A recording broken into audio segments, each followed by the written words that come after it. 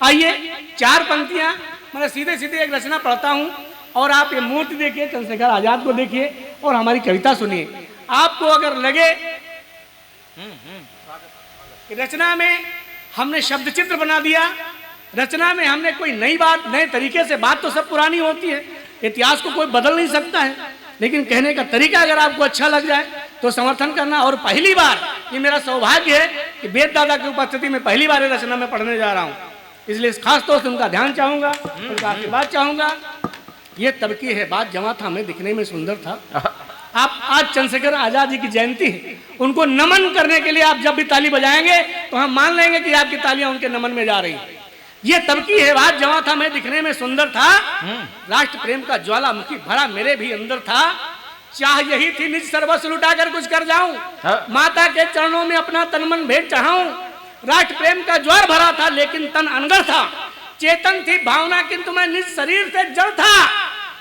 किंतु एक ज्वल्यमान सूरज ने मुझे तपाया, मुझको छू करके उसने मेरा सम्मान बढ़ाया। उस सूरज बलिदानी का मैं पन्ना खोल रहा हूँ, मैं अल्फ्रेड पार्क का बूढ़ा बरगद बोल रहा हूँ। क्या बात है, वाह वाह वाह वाह वाह वाह वाह वाह। मैंने कहा था भूमिका में कोई पंक्तियां कुछ नहीं बोलेंगे, कविता भूमिका बनाएगी। हमको विश्वास हो गया है कि आप लोगों की समझ में आ गया होगा कि मैं किस व्यक्तित्व के बारे में चर्चा करने जा रहा हूं। सुनिएगा, मैं अल्फ्रेड पार्क का बूढ़ा बरगद बोल रहा हूं। बहुत कमेंट्री आपने आदमियों से सुनी, लोगों से सुनी। आज ये जो कमेंट्री आपके इस गढ़ा कोला में एक बरगद करने जा रहा है, वो बरगद जो प्रयागराज में अल्फ्रेड पार्क में लगा हुआ और चंद्रशेखर आजाद की उस घटना को देख रहे हैं, आंखों देखा हाल बरगद का। सुनिए, उस दिन रुदन देख स्वानों का मैं भी कांप गया था। मैम सुनिएगा, उस दिन रुदन देख स्वानों का मैं भी कांप गया था। मैं नहीं बोल रहा, बरगद बोल रहा है। उस दिन रुदन देख स्वानों का मैं भी कांप गया था, आने वाली अनहोनी को मन में भाप गया था। नजर द्वार पर पड़ी वहां नौयुवक एक अंदर आया, चपल चाल शेरों सी चीते जैसी थी सुगठित काया। गौरवर्ण आजान बाह जो स्वर्ण निखर आया हो, ऐसे लगता था धरती पर शौर्य उतर आया। क्या बात है, वाह। वो तनी हुई मूछे जनेऊ कंधे पर पड़ा हुआ था। शब्द चित्र बनाता हूं, अगर मेल खा जाए तो समर्थन करना। वो तनी हुई मूछे जनेऊ कंधे पर पड़ा हुआ था, दीप्त भाव था, कोहिनूर लगता था जड़ा हुआ था। प्रबल भाग्य की रेखाएं मस्तक पर बनी हुई थी, लाल लाल आंखें विशाल, भ्रुकुटी कुछ तनी हुई थी। श्वेत दूध जैसी धोती जो कदमे बंधी हुई थी, बाईं ओर कमर में उसके पिस्टल टंगी हुई थी। कौन था उसके साथ मित्र, कौन था उसके साथ मित्र, ये मुझको पता नहीं था, लेकिन उनका हाव भाव भी उनके जैसा ही था। और पास जब आए, उनके पड़े कान में स्वर थे, बातचीत से जाना हो आजाद चंद्रशेखर। क्या बात है, वाह। ये बरगद कह रहा है, बातचीत से जाना हो आजाद चंद्रशेखर। बहुत सुना था मैंने वो थे उन्नावी बलिदानी, इसी उन्नाव के। बहुत सुना था मैंने वो थे उन्नावी बलिदानी। पिता थे सीताराम तिवारी, माता थी जगरानी। मैं समझ गया ये वही वीर आजादी का मतवाला, जिसने बचपन में ही जज का दर्प चूर कर डाला। क्या बात है। राष्ट्र प्रेम की बूटी बचपन से घुट्टी में घोली, पीठ पे कोड़े खाए पर भारत माता की जय बोली। मैं समझ गया ये भारत माता की आंखों का तारा है, जिसने भगत सिंह के संग में सैंडर्स को मारा है, राष्ट्र प्रेम का प्याला होकर मदमस्त पिया है और खजाना काकोरी में ट्रेन से लूट लिया। क्या बात। अभी मंत्रणा 7 साथियों की अविरल थी जारी। अब कुछ समय के लिए आप लोग भी यहां से उठ करके अल्फ्रेड पार्क पहुंचिए, अभी आनंद आएगा साहब। अभी मंत्रणा 7 साथियों के अविरल थी जारी। क्रूर नियत की अलग चल रही थी कोई तैयारी, क्रूर नियत की अलग चल रही थी कोई तैयारी।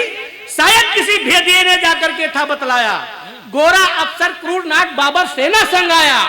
चारों ओर पार्क को घेरा, फिर बोला चिल्लाकर, बाहर निकल अरे डरपोक कहां छिपा है जाकर।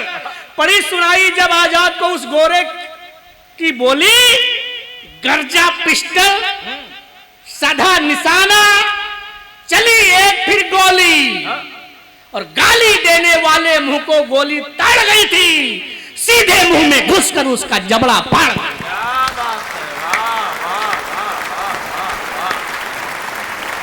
हीरा नाट बाबर सीने से सोते फूट पड़े थे, पर अंग्रेज सिपाही टिड्डी दल से टूट पड़े थे। धीरे धीरे गोरे सैनिक उपवन घेर रहे थे। आजाद किंतु मूंछों पर अपनी उंगली फेर रहे थे क्या? लगता था सांपों का जट्ठा गड़ों को डसने निकला हो, या कि झुंड राहुओं का सूरज को घसने निकला हो। जो होता है धर्म मित्र का, जो होता है धर्म मित्र का, उसे उन्होंने पाला। स्वयं घिरे सकुशल मित्र को बाहर किंतु निकाला। जैसे बाज टूट पड़ता है पूरी शक्ति से खाने पर, जितनी भी गोली दागी सब जाकर लगी निशाने पर। क्या बात है, वाह वाह वाह वाह। जितनी भी गोली दागी सब जाकर लगी निशाने पर।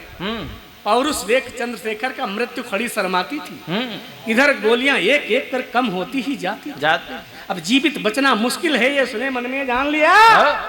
पिस्टल में अंतिम गोली तो कठिन एक पण ठान लिया। सोच लिया माता गंगा सम बहना है आजाद मुझे, और जब तक अंतिम सांस रहेगी रहना है आजाद मुझे। क्या बात है, वाह वाह वाह। जब तक अंतिम सांस रहेगी रहना है आजाद मुझे। कुछ अनहोनी होनी है ये ईश्वर भी अब जान गया। चंद्रशेखर का देख इरादा क्रूर काल भी कांप गया। माथे तिलक लगाकर मिट्टी भारत मां की जय बोली। पिस्टल रखे कनपटी पर, फिर दाग दिए अंतिम गोली, फिर दाग दिए अंतिम गोली। तो गोली की आवाज सुनी तो धरती अंबर कांप गया। गोली की आवाज सुनी तो धरती अंबर कांप गया। हिमगिर की चोटी कांपी, वह बृहद समंदर कांप गया। सूरज चांद और गगन के छिपे सितारे कांप गए। नदियों के बच्छत्तल कांपे, झरने सारे कांप गए। हाथी शेर बाघ कांपे, जंगल मरुस्थल कांप गया। वीर प्रसूता वसुधा का सारा भूमंडल कांप गया। क्या बात है, वाह वाह। रचना के अंत में 2 पंक्तियां पढ़ करके एक बड़े कवि को आमंत्रित करना चाहता हूं। सारा भूमंडल कांप गया।